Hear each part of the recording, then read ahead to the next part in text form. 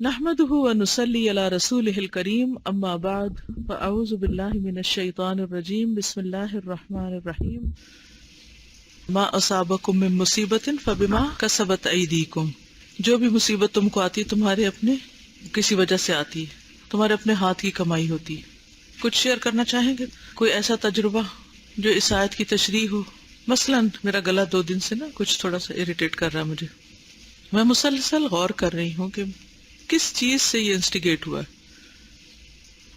ایک چیز سوچتی ہوں، پھر دوسری سوچتی ہوں، پھر تیسری سوچتی ہوں، مسلسل سوچ رہی ہوں۔ ایک چھوٹی سی مثال ہے اس کی، کوئی بھی چیز جب پیش آتی ہے تو سوچنا شروع کر دیں، پھر انسان کے سامنے ایک ریزن آئے گی، دوسری آئے گی، تیسری آئے گی۔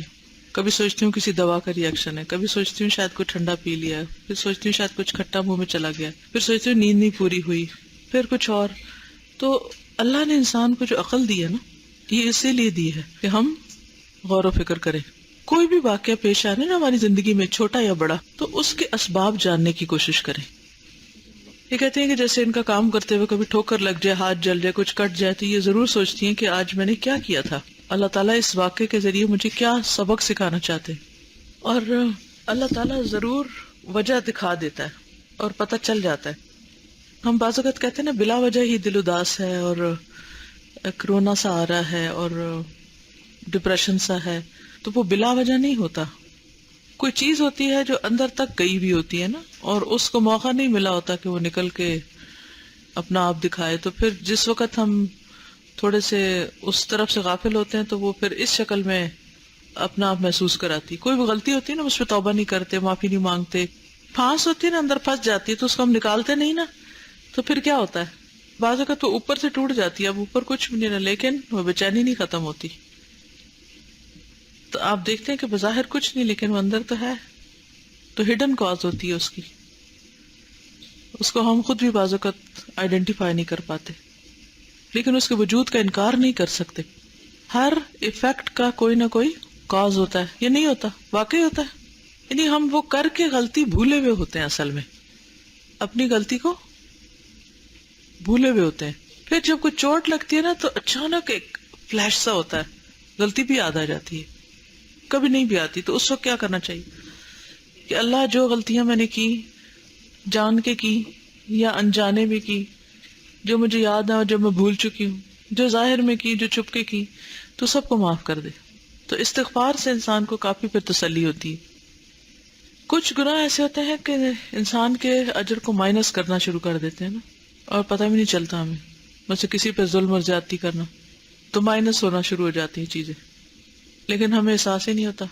اور جب وہ لاس ہوتا ہے نا ہمیں، تو اس کا ہمارے دل پہ اثر ضرور ہوتا ہے، پھر اس سے ہمیں بعض اوقات پریشانی ہونے لگتی ہے۔ مگر یہ کبھی نہ سوچے کہ بلا وجہ دل اداس ہے، بلا وجہ نہیں ہے کچھ پیچھے جو ہمیں بھولا ہوا ہے۔ یہ مختلف لوگوں کی کل کی جو اٹینڈنس تھی، وہ اس کی وجوہات لکھی ہوئی ہیں نا۔ ایک نے لکھا ہے کہ نماز پڑھ رہی تھی تو کلاس میں نہیں آئی۔ جتنی دیر کلاس ہوتی ہے کہ اس میں نماز قضا ہو جاتی ہے ہماری۔ تو عقل مندی کا تقاضا کیا ہے کہ ہم یا تو نماز پہلے پڑھ لیں، اور اگر کسی وجہ سے کبھی ڈیلے ہو جاتا ہے، نہیں پڑھ سکے، تو پھر کیا کریں؟ کلاس کے فوراً بعد پڑھ لیں۔ لیکن جب ہم آتے نہیں تو ہم کچھ مس کرتے ہیں، کچھ سیکھنے سے رہ جاتا ہے۔ چاہے یہ باتیں آپ کے حافظے میں نہ بھی رہیں، لیکن جب ہم ایک خیر کی مجلس میں بیٹھتے ہیں نا، اس میں جو کچھ سیکھتے ہیں وہ ہمارے سب کانشیس میں چلا جاتا ہے، اور زندگی میں کہیں نہ کہیں ہمیں کام آتا ہے، جو اس وقت ہم یہ نہیں کہہ سکتے کہاں سے سیکھا تھا، کب سیکھا تھا، جو کام آ رہا ہے۔ لیکن نفع مند علم جو ہوتا ہے وہ نفع دیتا ہے، جلد یا بدیر۔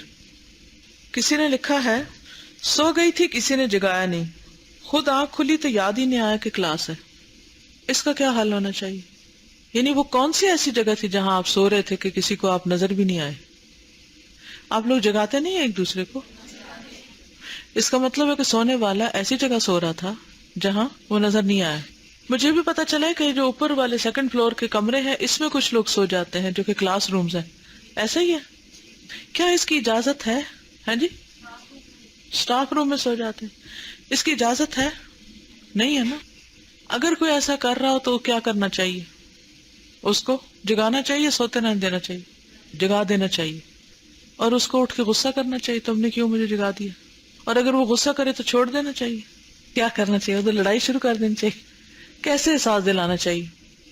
ہاں اس کو احساس دلانا چاہیے کہ یہ سونے کی جگہ نہیں ہے.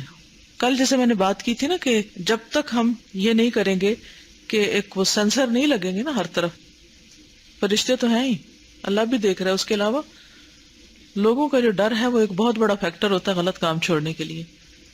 کسی اور نے بھی لکھا ہوا ہے پہلے ڈیوٹی تھی پھر سو گئی تو آنکھ نہیں کھلی. ایک اور نے بھی لکھا ہے سو رہی تھی. ہمارے والد کہتے تھے جو سوتے ہیں وہ، اصل میں نیند کا جو پیٹرن ہے نا اس کو صحیح رکھنا بھی بہت ضروری ہے. اگر ہم بے وقت سوتے ہیں تو پھر کیا ہوتا ہے؟ بے وقت جاگتے ہیں. جب بے وقت جاگتے ہیں تو پھر بے وقت سو جاتے ہیں. پورا سائیکل ڈسٹرب ہو جاتا ہے. اور جب ہم کام بے وقت کرتے ہیں تو اس کا نقصان کیا ہوتا ہے؟ جو نہ آنے والے ہوں اگر ان پہ جرمانہ لگا دیا جائے پھر آئندہ ایسے نہیں کریں گے. کیا خیال ہے؟ ہم بچپن میں جو اسکول میں پڑھتے تھے نا وہاں ایبسنٹ ہونے میں جرمانہ لگتا تھا، مطلب 5 روپے یہ کتنے مجھے یاد نہیں. تو سب کو ڈر ہوتا تھا کہ فائن لگے گا. کیا اس سے بڑا بھی کوئی فائن ہو سکتا ہے کہ انسان کچھ چیزوں سے محروم ہو جائے؟ یہاں بھی کسی نے لکھا ہوا کہ سو کر اٹھنے کے بعد نہانے چلی گئی جس کی وجہ سے کلاس میں حاضر نہ ہو سکی. کیا اس وقت نہانا چاہیے تھا؟ پیٹ میں درد تھا اس لیے چھٹی پر تھی. کیا خیال ہے؟ پیٹ میں درد ہو چھٹی کرنی چاہیے؟ ہاں بتائیے نا، آپ ہی حل بتائیے. اگر سانس نہیں آ رہا تو اور بات ہے، ورنہ میں نے تو یہ دیکھا ہے کہ مجھے جیسے کوئی تکلیف ہوتی ہے میں پڑھنا پڑھانا شروع کرتی ہوں تو میری تکلیف ختم ہو جاتی ہے، کیونکہ دھیان بڑھ جاتا ہے نا. ورنہ کیا ہوتا ہے؟ تکلیف ہی کی طرف بار بار دھیان جاتا رہتا ہے. بہت ساری تکلیفیں جو ہیں روم 13 کی سب لڑکیاں کلاس میں موجود تھی. زندہ باد. کلاس کا یاد ہی نہیں رہا. ساتھیوں کے متعلق سمجھے کہ چائے پینے گئے. ہوا خیر مما یجمعون، یہ چائے سے زیادہ بہتر ہے. جنہوں نے یہ رپورٹس تیار کی ہیں میں ان کی بے حد شکر گزار ہوں کہ انہوں نے اپنے ساتھیوں کی کیئر کی اور ان کے بارے میں معلومات کی اور لکھ کر دیا. اور یہ صرف ایک پریکٹس تھی کہ رپورٹ کیسے بناتے ہیں. آپ کو اس میں کوئی مشکل تو نہیں پیش آئی بنانے میں؟ کسی نے مائنڈ تو نہیں کیا کہ میرا نام مت لکھنا؟ اب بتائیں گے بھی نہیں کیونکہ وہ سامنے بیٹھے ہوئے تو وہ ناراض ہونے کا ڈر ہے ان کے. چلیے تھوڑا سا بس پڑھ لیتے ہیں پھر آپ آرام کیجیے. بسم اللہ الرحمن الرحیم. مشکل میں آسانی. مشکل سے آتے ہیں نا آپ تو اس میں آسانی کی کیا بات ہے؟ کیا آسانی ہوتی ہے؟ پھر لیسن شروع کرنے سے پہلے ہم سوچ لیتے ہیں، اپنے دماغ سے سوچتے ہیں. ضروری تو نہیں کہ کتاب کے آتھر ہی سوچے، ہمیں بھی سوچنا چاہیے. جی آپ فرمائیے. اس کے بعد جو بھی کام کریں گے اس وقت تک فریش ہوں گے انشاءاللہ. چائے پیئیں گے اس کے بعد ٹریٹ ملے گی. یعنی ہو سکتا ہے نیکسٹ ہمیں کوئی پرابلم ایسا پیش آئے کہ اس کا حل اس میں ہو اور ہم ڈپریشن میں گرنے سے بچ جائیں یا کوئی غلط کام کرنے سے بچ جائیں. مکی دور میں جب کہ مسلمان نہایت سخت حالات سے گزر رہے تھے، جیسا آپ سیرہ میں پڑھ رہے ہیں، اس وقت قرآن میں یہ آیت اتری کہ مشکل کے ساتھ آسانی ہے. مشکل کے ساتھ آسانی ہے. سورۃ الانشراح. اس قرآنی آیت میں فطرت کا یہ قانون بتایا گیا ہے کہ اس دنیا میں ہمیشہ مشکلات کے ساتھ مواقع موجود ہوتے ہیں. جہاں مشکلات ہیں وہاں اپرچونٹیز بھی ہیں. اس لیے بہترین عقل مندی یہ ہے کہ مشکلات سے صرف نظر کرتے ہوئے یعنی ان کو اگنور کرتے ہوئے مواقع کو استعمال کیا جائے. جو اپرچونٹی ملی اسے اویل کر لیں. اس طرح زیادہ بہتر طور پر مستقبل کی طرف اپنے سفر کو جاری رکھا جا سکتا ہے. یعنی آپ زیادہ بہتر طور پر پروگرس کر سکتے ہیں. عام طور پر دنیا میں لوگ ایک ہی عمل کو جانتے ہیں اور وہ ہے مشکلات سے لڑ کر انہیں راستے سے ہٹانا. مشکلات سے لڑ کر انہیں راستے سے ہٹانا، یعنی جو بھی ہمارے راستے کی رکاوٹ بنے ہم اس سے لڑنا شروع کر دیں. لوگ ایک ہی عمل جانتے ہیں. مگر اسلامک ایکٹیویزم یہ نہیں ہے. اسلامک ایکٹیویزم اس کے برعکس ہوتا ہے کہ مشکلات سے ٹکرانے کی بجائے انہیں اگنور کرو، نظر انداز کرو اور عین اسی وقت جو مواقع موجود ہیں ان کو استعمال کرو. یعنی پرابلم کو کوئی سولوشن ڈھونڈ لو اور دوسری طرف چل پڑو. گویا اسلامک ایکٹیویزم ایک لفظ میں یہ ہے کہ مشکلات کو نظر انداز کرو اور مواقع کو استعمال کرو. Ignore the problems, avail the opportunities. مشکلات و مسائل کو موجودہ دنیا سے ختم نہیں کیا جا سکتا. ہمارا کیا ہوتا ہے کہ ختم کرے مشکل. مشکلات و مسائل کا وجود اس دنیا میں اتنا ہی حتمی ہے، لازم ہے، جتنا کہ پھول کے درخت میں کانٹا. اس لیے مشکلات اور مسائل سے ٹکرانا فطرت کی اٹل حقیقتوں سے ٹکرانا ہے. اور کون ہے جو فطرت کی حقیقتوں سے ٹکرا کر انہیں بدل سکے؟ یعنی آپ یہ سائیکل توڑ نہیں سکتے، چینج نہیں کر سکتے اس کو، یہ تو ہونا ہی ہونا ہے. عقل مند وہ ہے جو مشکلات اور مسائل کو نظر انداز کر کے مواقع اور امکانات کو تلاش کرے. زندگی کا کامیاب سفر ہمیشہ امکانی راہوں میں جاری ہوتا ہے، یعنی پاسبلٹیز میں، نہ کہ مشکلات کی چٹانوں پر اپنا سر ٹکرانے سے. جس طرح درخت میں پھول اور کانٹا دونوں ہوتا ہے، اسی طرح موجودہ دنیا مشکلات اور مواقع دونوں سے بھری ہوئی ہے. یہ لفظ جو ہے نا، مشکلات اور مواقع، جیسے ہم سوچتے تھے نا کہ کوئی تکلیف جو آتی ہے تو اپنے کیے کی بدولت آتی، اب آ گئی وہ. اب اس وقت آپ نے اس کے آگے ہتھیار نہیں ڈالنا، دیکھنا ہے کہ اس میں کون سا موقع ہے، اب میں کیا کر سکتا ہوں، یہاں کیا ہو سکتا ہے، اس سچویشن میں کیا کروں. آدمی کا امتحان یہ ہے کہ وہ مشکلات میں نہ الجھے، وہ مواقع کو دریافت کر کے انہیں استعمال کرے. وہ شکایت اور احتجاج کا طریقہ چھوڑ کر، احتجاج کیا ہوتا ہے؟ ایجیٹیٹ کرنا، کمپلین کرنا یا ضد میں پڑ جانا کہ جب تک میرا یہ کام نہیں ہوتا میں ہڑتال پر ہوں. شکایت اور احتجاج کا طریقہ چھوڑ کر صبر و تحمل کے ساتھ اپنا راستہ طے کرتا رہے. یہی وہ لوگ ہیں جو آخر کار کامیاب ہوں گے. جو لوگ اس کے برعکس روش اختیار کریں ان کے لیے خدا کی دنیا میں ناکامی کے سوا اور کوئی انجام مقدر نہیں.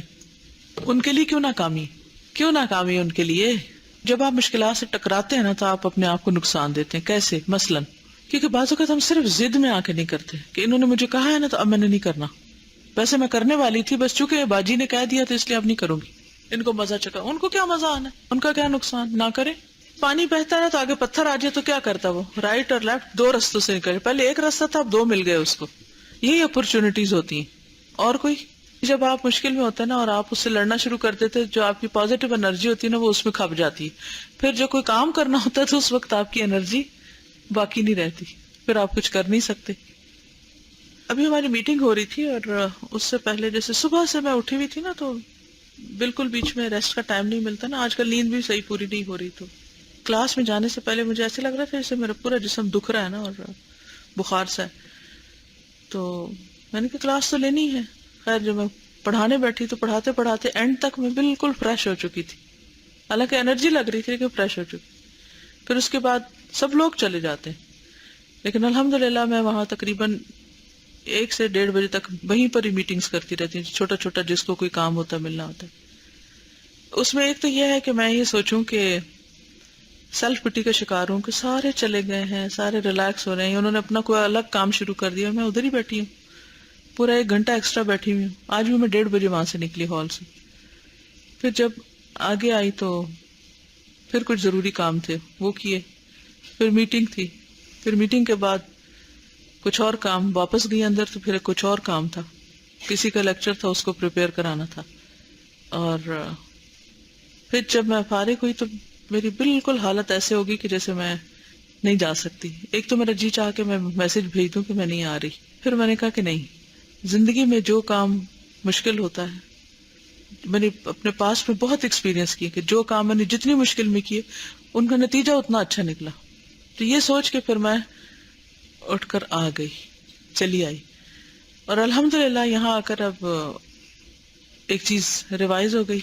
اور حالانکہ میرا مائنڈ بہت بہتر کام نہیں کر رہا اس وقت، لیکن نہ ہونے سے تو بہتر ہے نا. کل قیامت کے دن کوئی پتہ نہیں کہ کون سی ایک چیز پہ ہم بڑے خوش ہوتے ہیں کہ ہم نے بہت اچھا کام کر لیا. ایک وہ ہوتا ہے کہ جو بظاہر اچھا نہیں لگ رہا ہوتا لیکن اس میں بھی فائدہ نکل آتا ہے. حالات بہت سے بظاہر جو نظر آتے ہیں نا ویسے ہوتے نہیں ہیں. اور ابھی آپ کو پتا ہے کہ مجھے نماز پڑھنی ہے، نماز پڑھ کے 5 بجے میری دوبارہ میٹنگ ہے اور وہ کراچی سے آ رہے ہیں صرف اس میٹنگ کے لیے. اس کے بعد کینیڈا کے ساتھ میٹنگ ہے 6 بجے میری، پھر اس کے بعد اگلے کام ہے. تو یہ ہے کہ مشکل مجھے ضرور ہوتی ہے کیونکہ فزیکلی بعض اوقات میرا جسم ساتھ نہیں دیتا، لیکن اس کے اندر جب انسان کام کرتا ہے تو پھر ایک سینس آف اچیومنٹ جو ہوتی ہے نا وہ آپ کو چلتا رکھتی، یعنی آپ کے اندر پھر انرجی آ جاتی. آپ ایک انرجی لگاتے ہیں اور پھر آپ دوبارہ انرجائز ہو جاتے ہیں اسی کے اندر سے. اب مثلاً ابھی میں نے جو پڑھنا ہے العسر یسرا، تو مجھے اس آگے جا کے عسر ہے نا، پھر ٹائم تھوڑا ہوگا، نماز بھی پڑھنی، پھر پھر ٹینشن، پھر اس میں پھر وہ ختم ہوگی تو مجھے اگلے کی ٹینشن کہ اچھا اب یہ کرنا ہے. لیکن اب آئی ہو تو جو پڑھا ہے اس سے یسر ہوگا نا، یہ خیال آئے گا کہ نہیں انما العسر یسرا، اسی میں فائدہ ہے. آپ کا سوال کہ کوئی ایسی مثال دیں کہ جس میں ٹکراؤ کے بغیر انسان دوسری طرف نکل جائے. بعض اوقات ایسا ہوتا ہے نا کہ جیسے آپ بچوں کو ایک کام کہتے ہیں اور وہ ضد میں آ جاتے ہیں کہ یہ کرنا ہے یہ نہیں کرنا، میں چھوڑ دیتی ہوں، میں کچھ اور کرنے لگتی. جب وہ ضد ٹھنڈی ہو جاتی ہے پھر میں ان سے بات کر لیتی ہوں بس. اب تو خیر بڑے ہو گئے ہیں، لیکن جب بچے تھے تو بہت دفعہ ایسا ہوتا نا، تو کھینچا تانی اور ٹکراؤ میں نہیں پڑنا چاہیے، اس میں وقت ضائع ہوتا ہے، انرجی لگتی، ادھر سے ہٹ جائیں کچھ اور کرنے لگے، اتنے میں دوسرا شخص کو ٹائم مل جاتا ہے سوچنے کا. جب آپ پیچھے ہی پڑ جاتے ہیں نا تو پھر وقت ضائع ہوتا ہے. ٹھیک ہے، اوکے، جزاکم اللہ خیرا. سبحانک اللہم و بحمدک، نشہد ان لا الہ الا انت، نستغفرک و نتوب الیک. السلام علیکم و رحمۃ اللہ وبرکاتہ.